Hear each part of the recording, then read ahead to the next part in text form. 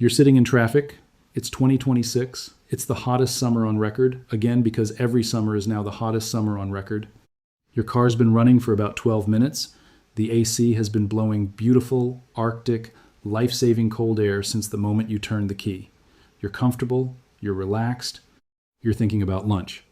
And then right at that 15-minute mark, right when the engine bay hits peak thermal saturation, something changes. The air coming out of those vents starts getting warmer. Not all at once. It's subtle at first. You think maybe you're imagining it. You bump the fan speed up. You switch from recirculate to fresh air and back. But within 60 seconds, that vent is blowing air that feels like someone opened an oven door directly into your face. The AC is gone, dead, blowing nothing but the raw, superheated air from an engine bay that's sitting at 220 degrees, and you're trapped. You're in bumper-to-bumper traffic with the windows up and the sun cooking through the windshield, and you are now sitting inside a rolling convection oven. That panic, that specific, primal, heat-induced panic, is worth $900 to a dealership. They are banking on it. They have been banking on it for decades. And today I am going to show you how to fix this yourself, for exactly $0, using a piece of metal smaller than your fingernail that has been sitting inside your AC compressor since the day the car rolled off the assembly line in Japan. Now, the dealerships making billions off your summer heat panic want you to think magnetic coils are untouchable black box sorcery. They aren't. It's basic electromagnetism, thermal fatigue, and metal wear. But as always, I'm sharing this old school racing secret for educational purposes because this is information that Japanese master mechanics have understood since the 1980s and that Western service departments have deliberately buried under layers of diagnostic theater and parts counter markup. I am not your mechanic. I am not liable for your car. But I am absolutely going to show you the science that they don't want you to understand, because once you understand it, you will never pay $900 for this particular robbery again. Let me explain exactly what is happening inside your AC system when that cold air dies, because once you see the physics, you will be furious at every mechanic who ever told you your compressor was shot. Your automotive AC compressor is driven by a belt. That serpentine belt runs off your engine's crankshaft pulley, and it spins the front pulley of the compressor all day long, whether the AC is on or off. That pulley is freewheeling. It's just spinning in the air, doing nothing until you press the AC button. When you press that button, a signal is sent to an electromagnetic coil that is mounted directly behind that spinning pulley. That coil is basically an industrial electromagnet. When it receives voltage, it generates a powerful magnetic field. That magnetic field reaches through the small gap between the coil and a metal clutch plate that sits on the very front face of the pulley assembly. When the magnet grabs that plate, the plate locks onto the spinning pulley, and now the compressor shaft is engaged. It starts compressing refrigerant. Cold air flows. That is the entire system. A magnet grabs a metal plate, and you get cold air. A magnet releases a metal plate, and you get hot air. That's it. There is no computer sorcery. There is no quantum mechanics. It is an electromagnet and a chunk of metal, and the only thing that determines whether that magnet can grab that plate is the distance between them. That distance is called the air gap. From the factory, a brand new AC compressor clutch has an air gap that is precisely set to somewhere between 0.4 and 0.8 millimeters. That is less than the thickness of a credit card. At that distance, even when the engine bay is scorching hot and the magnetic coil is operating at reduced efficiency due to thermal resistance in the copper windings, the magnet is strong enough to snap that plate into contact and hold it there under load. The system works flawlessly. But here is what happens over 50,000, 80,000, 100,000 miles. Every single time that clutch plate engages, there is metal-on-metal contact, cast iron on steel. Microscopic particles of metal are sheared off the contact surfaces every single engagement cycle. We are talking about wear measured in thousandths of an inch per year. It is invisible to the naked eye. You would need a micrometer to detect it. But over years of driving, that wear adds up. The clutch plate gets physically thinner, and when the plate gets thinner, the air gap gets wider. Instead of 0.5 millimeters, now you're sitting at 0.9 millimeters. Instead of 0.8, you're at 1.2, and here is where the thermal physics turns this into a crime scene. If you're tired of mechanics trying to sell you a completely new AC system over a zero-cost worn washer, hit the like button right now because the algorithm is actively suppressing this kind of content. The more you engage, the more people see this, and the fewer people get robbed this summer. Tell me in the comments if your car currently blows cold air for 15 minutes then fails, and what a dealership tried to charge you, because I guarantee you the stories in this comment section are going to make your blood boil. Now let me tell you exactly what happens when you bring this car to a Western dealership, a Stealership, in 2026, where the average AC repair bill has climbed past $1,000 in most major metro areas. You pull in, you're sweating, you're miserable. You tell the service advisor your AC works for 15 minutes, then dies. They take the car into the back. A technician hooks up a manifold gauge set. Refrigerant pressure looks normal, maybe slightly low, but within operating spec. They check the electrical connector to the compressor clutch coil. Voltage is present. They watch the clutch plate. It clicks. It tries to engage. But it slips. It can't hold. And right here, right at this exact diagnostic moment, is where the crime happens. Because a knowledgeable, honest technician would look at that clutch plate and say, this air gap is out of spec due to normal wear. We need to shim it. 20 minutes. No parts cost. But that is not what happens. What happens is the service advisor walks out to the waiting room, looks you dead in the eye while you're sitting there drenched in sweat, and says these exact words.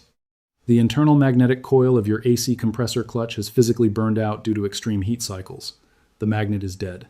We must replace the entire compressor assembly, evacuate the old refrigerant, and perform a full system recharge. And then they hand you a quote for $900. Some shops, I've seen quotes for $1,200, $1,500, and $26.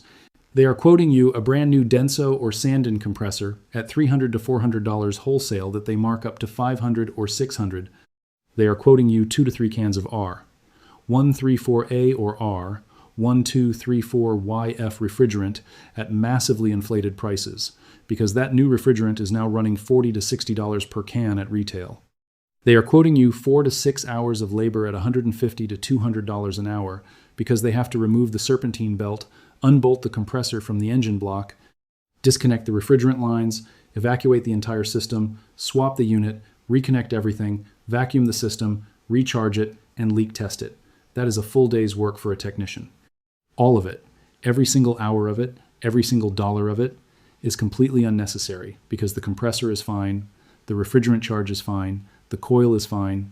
The only thing wrong with this system is that a gap the width of 3 human hairs has grown to a gap the width of 5 human hairs, and a 50-cent metal washer is standing between you and perfect AC for another 100,000 miles.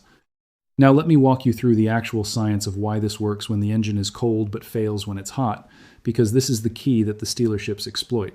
An electromagnetic coil is made of copper wire wound tightly around an iron core. When current flows through that copper wire, it generates a magnetic field.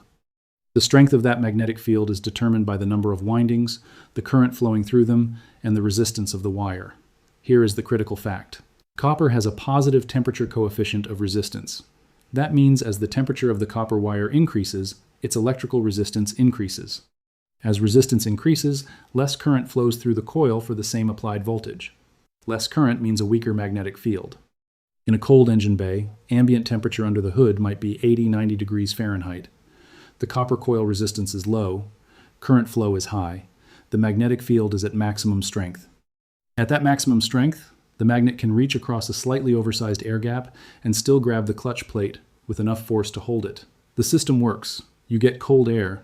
But after 15 minutes of operation, that engine bay temperature climbs to 200 degrees, 220 degrees. The compressor body itself is absorbing radiant heat from the exhaust manifold, convective heat from the engine block, and the coil is now sitting in an environment that is 130 degrees hotter than when you started. The copper resistance climbs. Current drops. The magnetic field weakens by just enough, just barely enough, that it can no longer bridge that extra fraction of a millimeter of worn air gap. The plate clicks. You can hear it trying. But it cannot hold under the rotational load of the compressor. It slips. The compressor disengages. Your AC dies, and you are now a $900 victim of basic thermodynamics.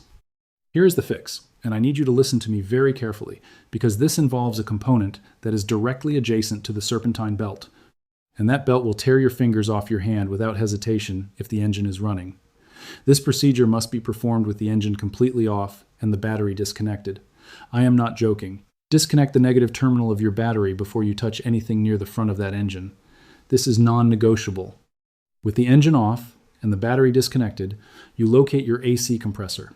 On most Japanese vehicles, it's mounted low on the engine, driven by the serpentine belt, and it has 2 aluminum refrigerant lines running to it. You are looking at the front face of the compressor where the pulley sits.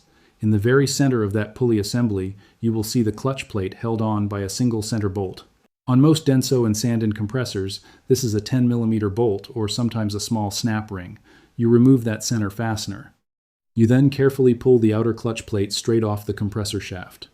It may require a gentle pry or a light tap, but it comes off. You are not opening any refrigerant lines. You are not removing the compressor from the car. You are not evacuating any gas. You are removing one bolt and one plate.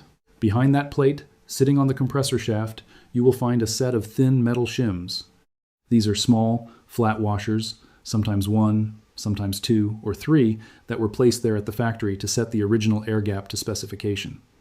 These shims are the entire key to this fix. Each shim is typically about 0.5 millimeter thick. By removing one single shim from that stack, you are physically moving the clutch plate 0.5 millimeter closer to the magnetic coil. You are reducing the air gap back to within factory specification. You are restoring the geometry that allows the weakened hot magnetic field to once again grab and hold the plate under load. You remove one shim. Just one. You slide the clutch plate back onto the shaft. You reinstall the center bolt. And here is a critical warning. Do not over-tighten that center bolt. That bolt threads into the aluminum shaft of the compressor, and if you strip those threads, you have just created the very problem you were trying to avoid. Snug it. Use a torque wrench if you have one. Feel for the bolt seating against the plate and give it a quarter turn past snug. That's it. Reconnect your battery, start the engine, turn on the AC, and feel Arctic cold air blow out of those vents. Drive it for 15 minutes, drive it for 30. Drive it for an hour in stop-and-go traffic in the middle of July. That AC will hold because the magnet can now reach the plate even at full operating temperature.